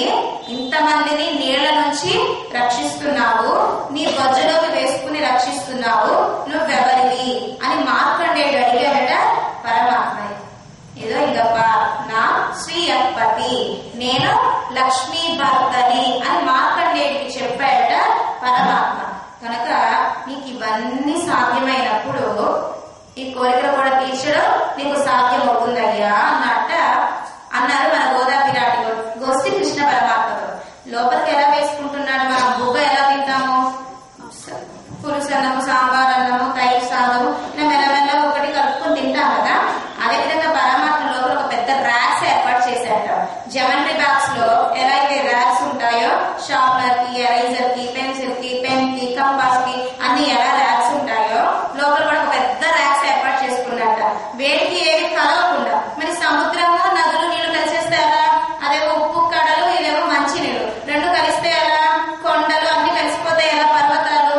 కనుక లోపలికి ఎలా మిగుతున్నాడో ముందు కొండలు మిగుతున్నట్ట, ఒక చోట పెట్టుకున్నట్ట. మళ్ళీ పర్వతాలను మిగుతున్నట్ట, ఒక చోట పెట్టుకున్నట్ట. నదుల్ని మిగుతున్నట్ట, అవి లోపల ఒక ర్యాక్ లో పెట్టుకున్నట్ట. సముద్రాలను మిగుతున్నట్ట, ఒక ర్యాక్ లో పెట్టుకున్నట్ట. లోకాలని, సత్యలోకం ఒకలాగా, అదేవిధంగా కైలాసం ఒకలాగా, ఇలా అనేక లోకాలన్నీ, వరుణ, ఇంద్ర మొదలైన లోకాలన్నీ కూడా వాటి ప్లేస్ కేటాయించేట పరమాత్మ. అలా ఇన్ని లోకాలు లోపల పెట్టుకుని అవి కలవకుండా రక్షించి చిన్ని మర్రాకు మీద పడుకున్నాం. ఇది ఎలా సాధ్యమో మా కోరికలు కూడా తీర్చడం నీకు సాధ్యం అవుతుంది కృష్ణ అంటోంది మన గోదావరి. మీరేమడిగారు? సంఘాలు కావాలన్నారు కదా. మనకి 6వ పాసురంలో పుల్లుం సిలుంబినగా పుల్లరైన్ కోయిలిల్ వెల్లై విని సంగం ఏమని చెప్తుంది మన గోదాదేవి? విష్ణు ఆలయంలో తెల్లవారుజామున ఏం ఊదుతారు? శంఖాన్ని ఊదుతారు. కనుక సంఘాలు ఉన్నాయి, తీసుకెళ్లారు. మాకు అటువంటి శంఖం వద్దయ్యా అన్నాడు గోదాదేవి. సరే, మళ్ళీ ఏం చెప్తున్నాడు? కౌరవుల యుద్ధ భూమిలో కౌరవుల యొక్క గుండెలు 100 మంది గుండెలు బద్దలయ్యేలా శంఖనాదం చేశారు. అదో ఆ శంఖ ముందు తీసుకెళ్ళాలి. మమ్మల్ని ఉజ్జీవించమన్నా చెప్పాం కానీ, రక్షించమని చెప్పాం కానీ మా గుండెలు బద్దలు చేయమని కాదు, మాకు ఆ శంఖం వద్దు అందట గోదాదేవి. సరే, ఇంకా ఏం శంఖం కావాలి?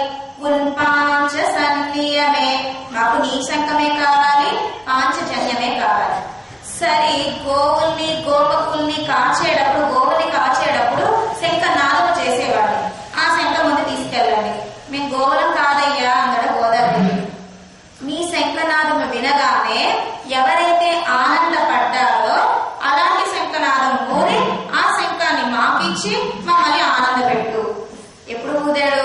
రుక్మిణి పిరాటి దగ్గరకు వచ్చేటప్పుడు పాంచజన్యాన్ని పూరిస్తూ వచ్చాట.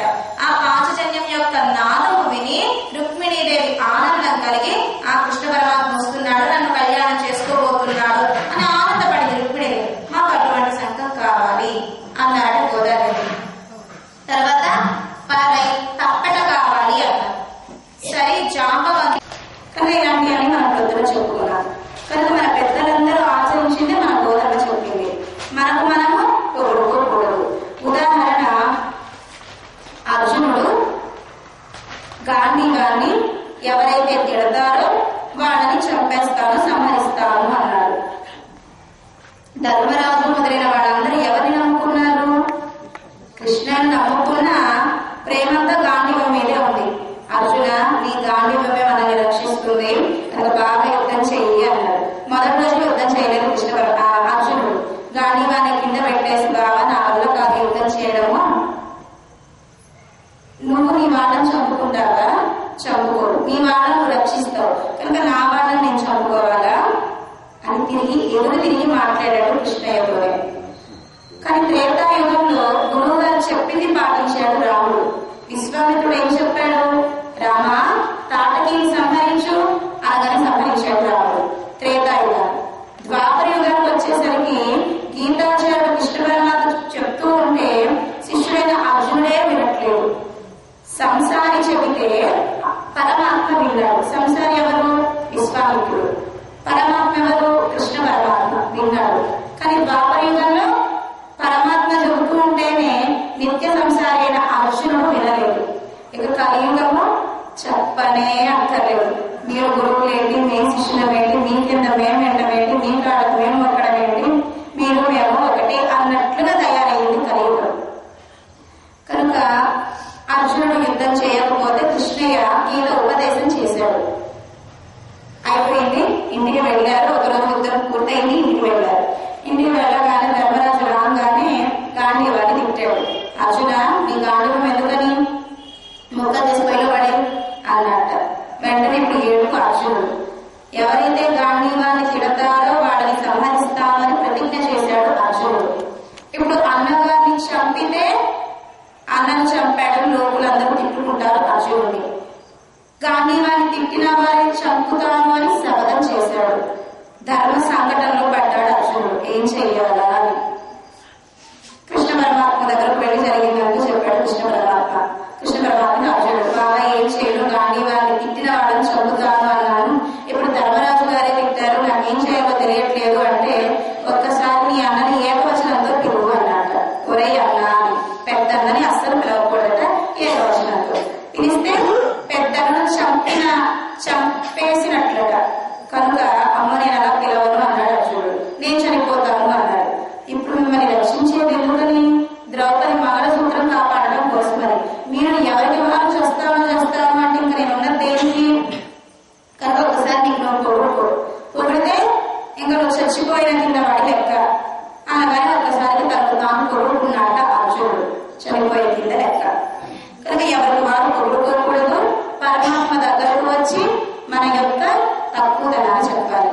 స్వామి, ఇవన్నీ ఏమేమి పిండి వంటలు చేశానో తెలిసిన కట్టు పొంగలి, చక్ర పొంగలి, దధియోదనం, కదంబం, ప్రసాదాలని నేనే కష్టపడి నీ కోసం చేశాను అననేయకూడదు. అలా అన్నాము ప్రసాదం కూడా చూడటం పరమాత్మ. స్వామి, ఈ చేతులతో నువ్వే ఈ ప్రసాదాన్ని చేయించుకున్నావు అనగానే నవ్వుతాట చక్కగా. భర్తకు అన్నం పెట్టి ఇదిగో నేనే వండాను రోజు, నేనే నీకు పెడుతున్నాను అంటే భర్త తిరుపతి అవుతుందా? అస్సలు అవ్వదు. అదే విధంగా పరమాత్మతో కూడా అంతే. ప్రేమగా ఏం చేస్తే ప్రేమగా చేయాలి. తిరువారాధన చేసి నేను రోజు పూజ చేస్తున్నాను, నా కోరికలు తీర్చుతావా తీర్చవా అని అడగకూడదు. మన కర్తవ్యం పూజ చేయడం. కనుక ప్రేమగా ఏం చేసినా అది స్వీకరిస్తాడు. అహంకారంగా ఎంత పెద్దగా చేసినా దాన్ని స్వీకరించడు పరమాత్మ.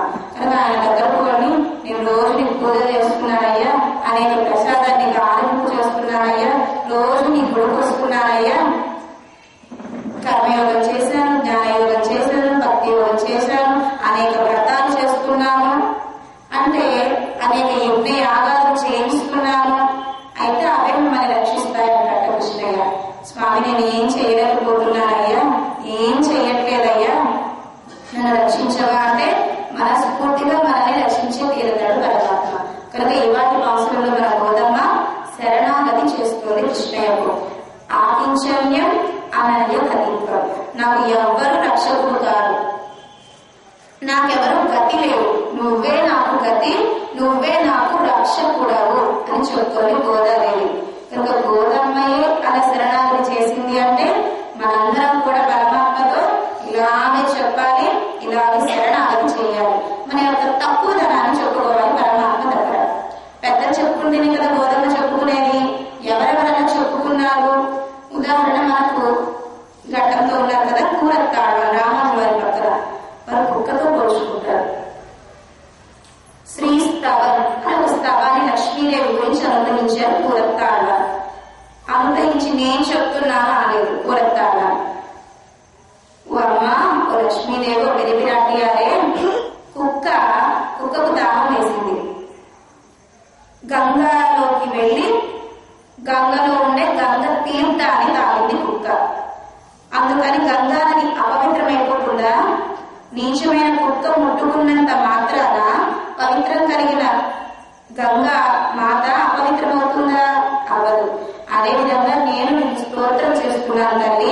కనుక నీ గుణాలకి ఏమీ తప్పు కాకుండా నా చేత నువ్వే ఈ శ్రీస్తవాన్ని చెప్పించుకోవా అని ప్రార్థించారు కూరత్తాడు. అంటే కుక్కతో పోల్చుకున్నారు కూరత్తాడు. వారి బిడ్డ పరాశర భట్ట. మీరు కూడా శ్రీరంగంలో ఒక రోజు 4 కాళ్ళు కలిగిన కుక్క లోపలికి ప్రవేశించింది కదా. శ్రీరంగం లోపలికి, ఆలయం లోపలికి ప్రవేశించగానే నీచమైన కుక్క వచ్చింది అని అక్కడ ఉన్న వాళ్ళందరూ ఆలయాన్ని మొత్తం శుద్ధి చేశారట.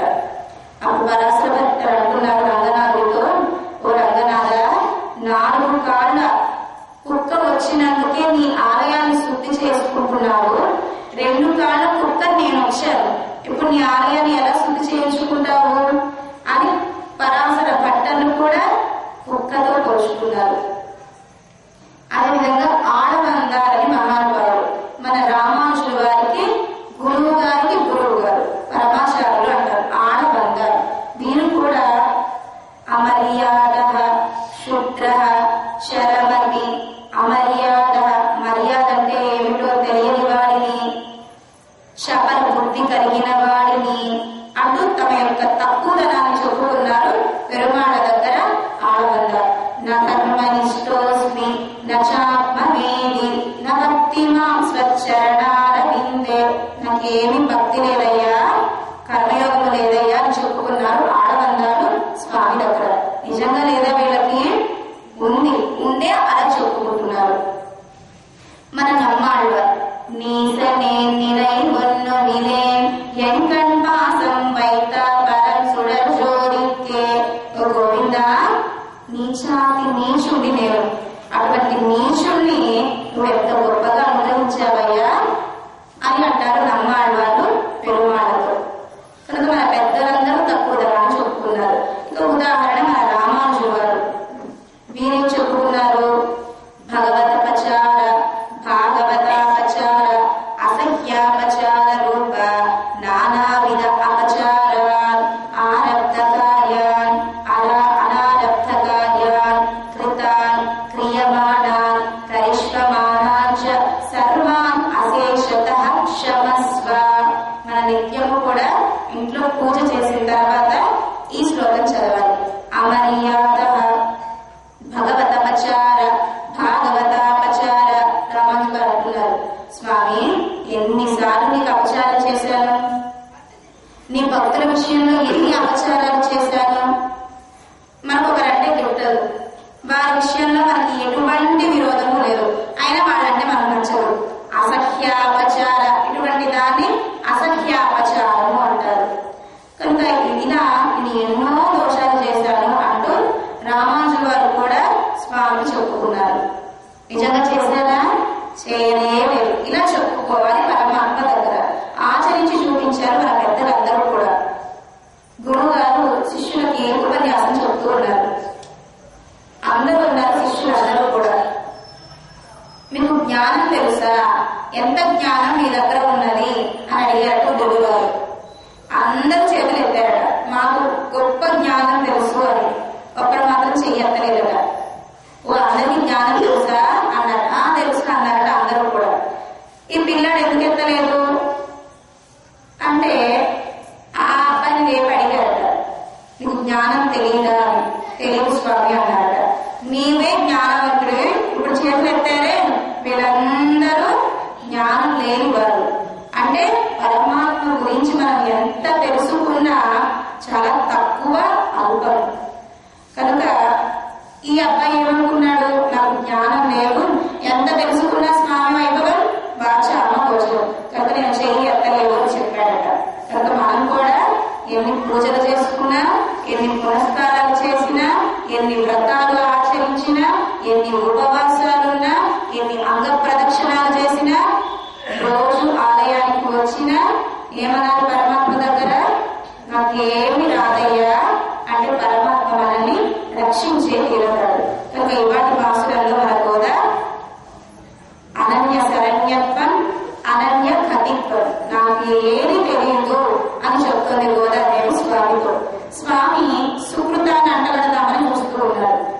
దాని నుంచి తప్పించుకుంటోంది గోదాదేవి. నాకు ఏ సుకృతాలు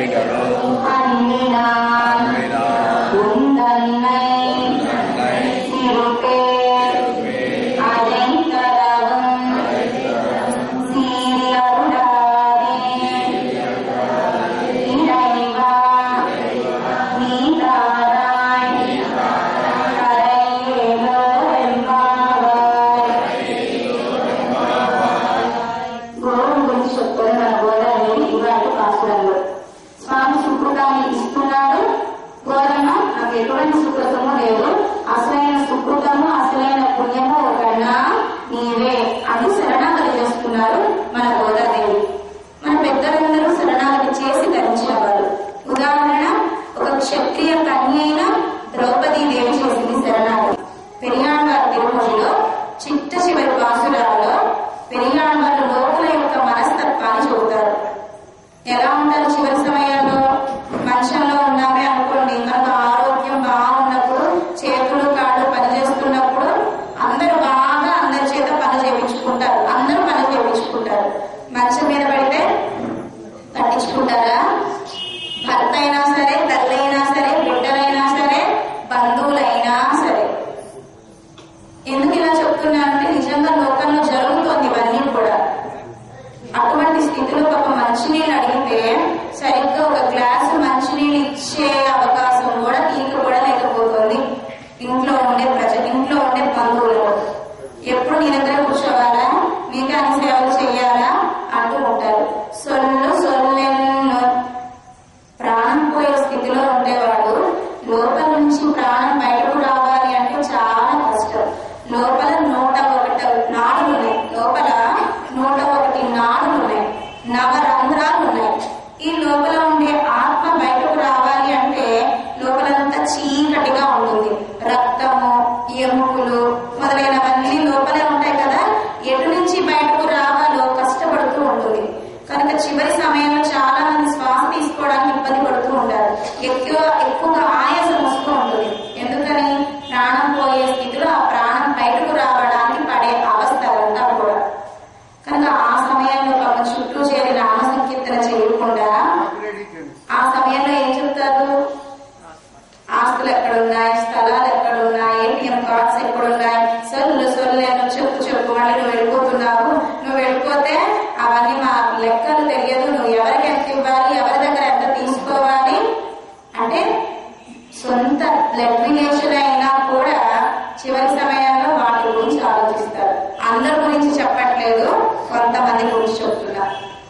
కనుక పెరియాళ్వారు అంటారు, అప్పోదైపు ఇప్పోదే సొల్లి వైతే అరంగత్తరవణై పల్లియానే. ఓ రంగనారా, ఆ చివరి కాలంలో నీ నామ సంకీర్తన నేను చేయగలను చేయలేను, కనుక నేను ఇప్పుడే నీ నామ సంకీర్తన చేసుకున్నాను అంటారు పెరియాళ్వారు. ఇలా మన పెద్దలందరూ కూడా తమ యొక్క తక్కువదనాన్ని చెప్పుకుంటూ నైత్యానుసంధానం చేసుకుంటూ శరణాగతి చేసిన వారు మన పెద్దలందరూ కూడా. కనుక మన పెరియాళ్వారి కూతురు గోదాదేవి. తల్లిదండ్రుల అలవాట్లే బిడ్డకు వస్తాయి. కనుక పెరియాళ్వారు ఎలా అయితే పెరుమాళ విషయంలో ప్రావీణ్యం కలిగి ఉన్నారో మన గోదమ్మ కూడా పెరుమాళ విషయంలో విపరీతమైన ప్రావీణ్యం కలిగి ఉండి తమ యొక్క తక్కువదనాన్ని చెప్పుకున్నారు ఇవాటి వాసులలో. కృష్ణయ్య అన్నాడు కదా, గోదా వ్రతం చేసుకున్నాను అన్నారు, ఇన్ని కోరికలు కోరారు, మీకేమైనా సుకృతం ఉన్నదా, మీరేం చేస్తున్నారు అని అడిగాడు కృష్ణయ్య. ఎన్ని కోరికలు కోరారు? సామాన్యమైన కోరికలా? కానే కాదు, గొప్ప కోరిక కోరారు. ఎలా కోరాలో చెప్పింది గోదాదేవి మనందరికీ కూడా. శంఖం కావాలి అంది, కృష్ణయ్య కుంభనృత్యం చేసేటప్పుడు పరి అన్న వాక్యం తప్పట కావాలి అని ప్రార్థించారు. ఇంకా ఏమడిగారు? పుత్తు విడకు దీపం అడిగారు, వితానం ఆదిశేషుని అడిగారు, ధ్వజం గరుడాళ్వాళ్ళని అడిగారు. ఇవన్నీ కూడా కుదరదు అంటే నువ్వు ఎందుకు ఇవ్వలేవయ్యా అని నేనయ్యా రెడీ సమయంలో లోకాలన్నీ మింగి చిన్ని మర్యాద మీద పడుకున్నావు కదా, ఇవన్నీ ఇవ్వడం నీకు కుదరదా అని అడిగింది 26వ సంవత్సరంలో. ఇక 27వ సంవత్సరంలో నీరాటం అయ్యింది, అంటే స్నానం అయ్యింది.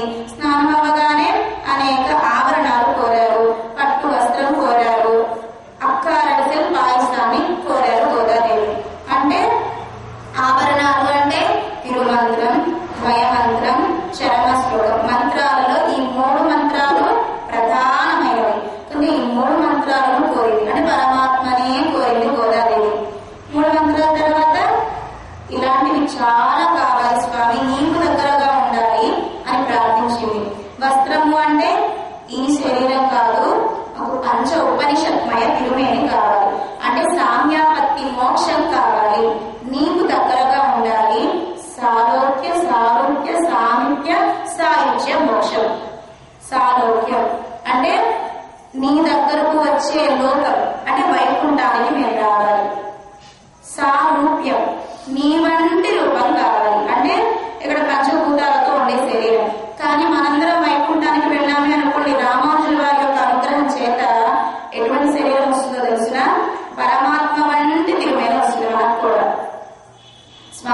మణిమడుకు మణిమాడకు.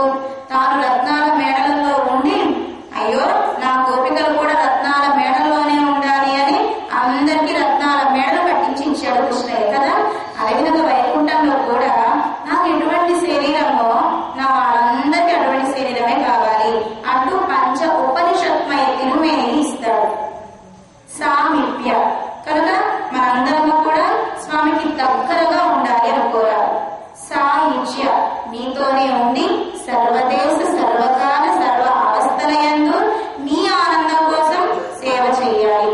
ఇలా కోరింది మన గోదాదేవి 26వ పాసురం 27వ పాసురం. ఇంత పెద్ద కోరికలు కోరినాక కృష్ణయ్య అడుగుతున్నాడు. మరి అడుగుతాడు కదా, సరే మీకేమున్నాయి, ఎవరిని ఆశ్రయించారు, మీ గురువులు ఎవరు, ఏమేమి జ్ఞానాన్ని మీరు తెలుసుకున్నారు, ఎలా ఉంటారు, మీ గురించి చెప్పండి అని అడిగాడు కృష్ణయ్య గోపికలు. అప్పుడు మన గోదమ్మ చెప్తోంది, గురువులా మేము ఎక్కడుంటామో తెలిసిన అయ్యా, నువ్వైతే సాందీపుడి దగ్గర, విశ్వామిత్రుడి దగ్గర, వశిష్ఠుల వారి దగ్గర మొదలైన వాళ్ళందరి దగ్గర శిష్యరికం చేశావు. కానీ మేమెవరం? గొల్ల పిల్లలు. ఎటువంటి గొల్లలము? అప్పటిలో గొల్లలకి కుడి అంటే ఏమిటో ఎడమ అంటే ఏమిటో తెలియదట. ఇది కుడి చెయ్యి, ఇది ఎడమ చెయ్యి, కుడి దారి ఎడమ దారి అని తేడా తెలియని వాళ్ళం మేము. అంటే కుడి ఎడమలకు కూడా తేడా తెలియని వెర్రి గొల్లలమయ్యా కృష్ణ. కనుక మేము ఎవరి దగ్గరకు వెళతాము, ఎవరిని ఆశ్రయిస్తాము, ఏ జ్ఞానాన్ని పొందుతాము? కనుక మా దగ్గర ఏమీ లేదు అంటున్నారు గోదాపిరాటి గోష్ఠి. కృష్ణ అవధోత్తములు 700 మంది సన్యాసులు, ఇంకా స్త్రీలు పిల్లలు చెప్పని అవసరం లేదు. కనుక మేము అటువంటి వాళ్ళని అనుకుంటున్నావా కృష్ణ? కాదు కాదు. కరవైగల్ దూడలు తల్లులు కలిగిన గోవుల వెనకాల పింఛన్ను, ఆ గోవులు ఎటు వెళితే మేము అటు వెళతాం. గోవుల వెనకాల ఉండేవాళ్ళం తప్ప గురువు గారి వెనకాల ఉండేవాళ్ళం కాదు. మాకు ఏ జ్ఞానము లేదయ్యా అంటున్నారు గోదాపిరాటి గోష్ఠి. ఓ గోవులు మేపుకున్నారా అంటే మీ కర్మ అనుష్ఠానాన్ని ఆచరిస్తున్నారన్నమాట అన్నాడు మళ్ళీ కృష్ణయ్య. గోదాదేవి అంటోని కర్మ చేసేటప్పుడు అంటే ఒక పని చేసేటప్పుడు బ్రాహ్మణులు కానివ్వండి, క్షత్రియులు కానివ్వండి, వైశ్యులు కానివ్వండి, శూద్రులు కానివ్వండి, వాళ్ళ వాళ్ళ కర్మలు కర్తవ్యాలు చేసేటప్పుడు పవిత్రంగా చేయాలి. కనుక గొల్లల యొక్క కర్మ అనుష్ఠానం ఏమిటి? గోవులు మేపడం, పాలు ఎదగడం, పెరుగు చిలకడం, వెన్న తీయడం, ఇదే కదా గోపికల యొక్క కర్మ అనుష్ఠానం. కనుక మీరు స్నానం చేసి శుచిగా శుభ్రంగా గోవులు మేపుతున్నారన్నమాట అన్నాడు కృష్ణయ్య. సుకృతాన్ని అంటగట్టడానికి. అయ్యో కృష్ణ, ప్రొద్దున్నే గోవులు లేస్తాయి, వాటితో పాటు మేము అలాగే లేస్తాము. గోవులు ఎలా అయితే వెళతాయో స్నానం చేయకుండా, గోరు స్నానం చేస్తాయో లేదు, మురికి పెడితే తోముతారు. కనుక ఆ గోవులను స్నానం చేయకుండా మేతలు పెడతాయో మేము కూడా పక్కల మీద నుంచి లేచి స్నానాలు చేయకుండా గోవుల వెనకాలే వెళ్ళేవాళ్ళం మేము. కనుక శుచిగా మా యొక్క కర్మ అనుష్ఠానాన్ని ఆచరించట్లేదు కృష్ణ అంటుంది గోదాదేవి కృష్ణ పరమాత్మతో. కాలం సేరం ఓ గోవులు కాస్త అడవులు పెడుతున్నారన్నమాట. మంచిది మంచిది. అడవులు పెడుతున్నారు అంటే గోవులు ఎటు పెడతాయి?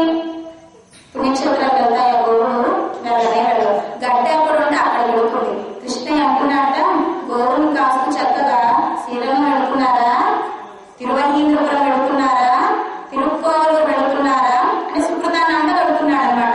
ఓ దివ్య దేశానికి, దివ్య స్థలానికి వెళుతున్నారు అంటే అప్పుడు ఒక రాత్రి పడుకుంటారు కదా. దివ్య దేశ మాసంలో పడుకున్నారు అంటే మీకు పుణ్యం ఉన్నట్లే అన్నట్ట కృష్ణయ్య. కృష్ణ, మా వెర్రి నీకు అంటుకుందా ఏంటి? గోవులు ఎక్కడైనా దివ్య క్షేత్రాలకు, శ్రీరంగానికి, తిరుమల కొండ మీదకి వెళతాయా ఏంటి? గడ్డి అడవి ఎక్కడుంటే అక్కడికి వెళతాయి గోవులు. కనుక మేము ఆ అడవులకే వెళుతున్నాము అన్నారు గోదాపిరాటి గోష్ఠి. అప్పుడు కృష్ణయ్య అన్నాడు కదా, ఓ అడవులకు వెళుతున్నారా, నైమిసారణ్యానికి వెళుతున్నారా, బదరీకాశ్రమానికి వెళుతున్నారా, బృందావనానికి వెళుతున్నారా, అయితే మీకు దివ్యక్షేత్ర వాసం ఉన్నది. అయ్యో స్వామి, అవి ఎక్కడెక్కడో ఉన్నాయి, ఇక్కడ మాకు దగ్గరలో ఉండే అడవులు వెళతాం తప్ప నైమిసారణ్యానికి, బృందావన క్షేత్రానికి వెళతాయా ఏంటి గోవులు? గట్టి ఎక్కడ పచ్చగా పుష్కలంగా ఉంటుందో అక్కడికి వెళతాం. ఆ గోవులు వెనకాలే మేము వెళతాం అంటుంది గోదాదేవి. ఎక్కడ ఒప్పేసుకున్నారో గోదాదేవి, మీకు సుకృతం ఉంది,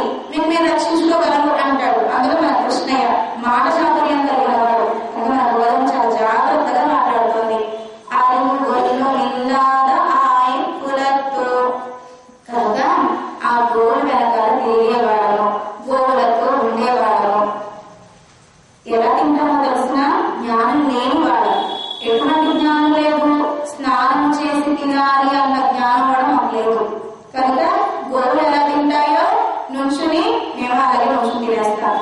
కృష్ణ అన్నట్టు ఒక శుచిగా చక్కగా కింద కూర్చుని అంటూ ఆచారంతో పక్క వాళ్ళకి ఇంగిళ్ళు కలపకుండా శుచిగా తింటారేమో అన్నట్ట కృష్ణయ్య. అయ్యో కృష్ణ, స్నానం చేయకుండా పెడతాము, చద్ది అన్నము అని తేడా లేకుండా, ఎంగిలి అన్నము అని తేడా లేకుండా ఆ గోవులు ఎలా అయితే నుంచుని తింటాయో కూర్చుని తినాలన్న జ్ఞానం కూడా మాకు లేదు. కానీ ఇప్పుడు అన్ని బఫే సిస్టమ్స్ కదా, కూర్చునే తినాలట, సాపాటు కుదరట్లేదు కాబట్టి బఫే అని కూర్చుని తింటున్నారు. కనుక కూర్చుని తినాలన్న జ్ఞానం కూడా మాకు లేదయ్యా కృష్ణ. అయితే శుచి శుభ్రంగా తింటున్నారేమో, అంటూ ఆచారంతో తింటున్నారేమో. కృష్ణ, మాకు స్నానం అంటే ఏంటో కూడా తెలియదు. అంటే అన్నం ముట్టుకోగానే చేత్తో నీళ్లు కడుక్కోవాలి, అంటే నీళ్లు చేత్తో పోసుకొని కడుక్కోవాలి. కనుక అంటూ ఆచారం అనేది మాకేమీ తెలియదు అయ్యా కృష్ణ. అంటే చక్కగా పొద్దున్నే స్నానం చేసి వండుకున్న అన్నాన్ని తెచ్చుకుంటారు తినడానికి. కృష్ణ, స్నానం చేయకుండానే వచ్చేస్తున్నాం, గోవులు ఎలా లేచినాయో మేము అలాగే లేస్తున్నాం. రాత్రి అన్నం, చద్ది అన్నం అంటారు కదా, ఆ చద్ది అన్నాన్ని మూటగా కట్టుకుని తెచ్చుకున్నాం. ఎప్పటికీ కూడా చద్ది అన్నాన్ని తినకూడదు. పొద్దున వండిన అన్నం మన మధ్యాహ్నం సాపాటు చేయవచ్చునేమో, కానీ రాత్రి వండుకున్న అన్నము పగలు మనం తిననేకూడదు. దాంట్లో కొన్ని క్రిమ కీటకాలు ఉంటాయి, చద్ది పడి ఉంటుంది కాబట్టి అశుచికరమైన ఆహారాన్ని మనం తీసుకోలేకూడదు. అదేవిధంగా వెంట్రుకలు పడిన ఆహారము, రాత్రి వండిన ఆహారము ఇలాంటివి తీసుకోకూడదు. కనుక గౌరవం ఏం చెప్తోంది, మేము ఆ చద్ది అన్నం తినేవాళ్ళమయ్యా, కొని అదైనా కూడా పక్క వాళ్ళకు పెట్టి తింటారు కదా అన్నట్టు కృష్ణయ్య. కృష్ణ, చద్దన్నం తెచ్చుకున్నాము, స్నానం చేయకుండా వచ్చాము, కూర్చుని మడి ఆచారంతో తినట్లేదు, నుంచుని తింటున్నాము. ఇటువంటి అజ్ఞానం కలిగిన జ్ఞానహీనులమైన మేము పక్క వాళ్లకు పెట్టి తినాలన్న జ్ఞానం కూడా మాకు లేదయ్యా. కనుక గురై ఒన్ను ఇల్లాద, అరుగు ఒన్ను ఇల్లాద, అటువంటి అజ్ఞానం కలిగిన వాళ్ళను కృష్ణ అంటుంది. ముందన్నై పిరవి పెరుందనై పుణ్యముడయ్యో. కృష్ణ అన్నట్ట, అయితే మీకే పుణ్యము లేదన్నమాట. మరి మిమ్మల్ని నేను ఎలా రక్షించాలి అంటే పరీక్ష అన్నమాట. ఇదంతా కూడా పరీక్షలో నెగ్గాలి అంటే గోధుమ మాటలు బాగా వినాలి. ఆయన సుకృతాన్ని అండగట్టడానికి ప్రయత్నిస్తూ ఉంటాడు, మనం దాని నుంచి తప్పించుకుంటూ ఉండాలి. ఓ ఇంత పుణ్యం చేశాను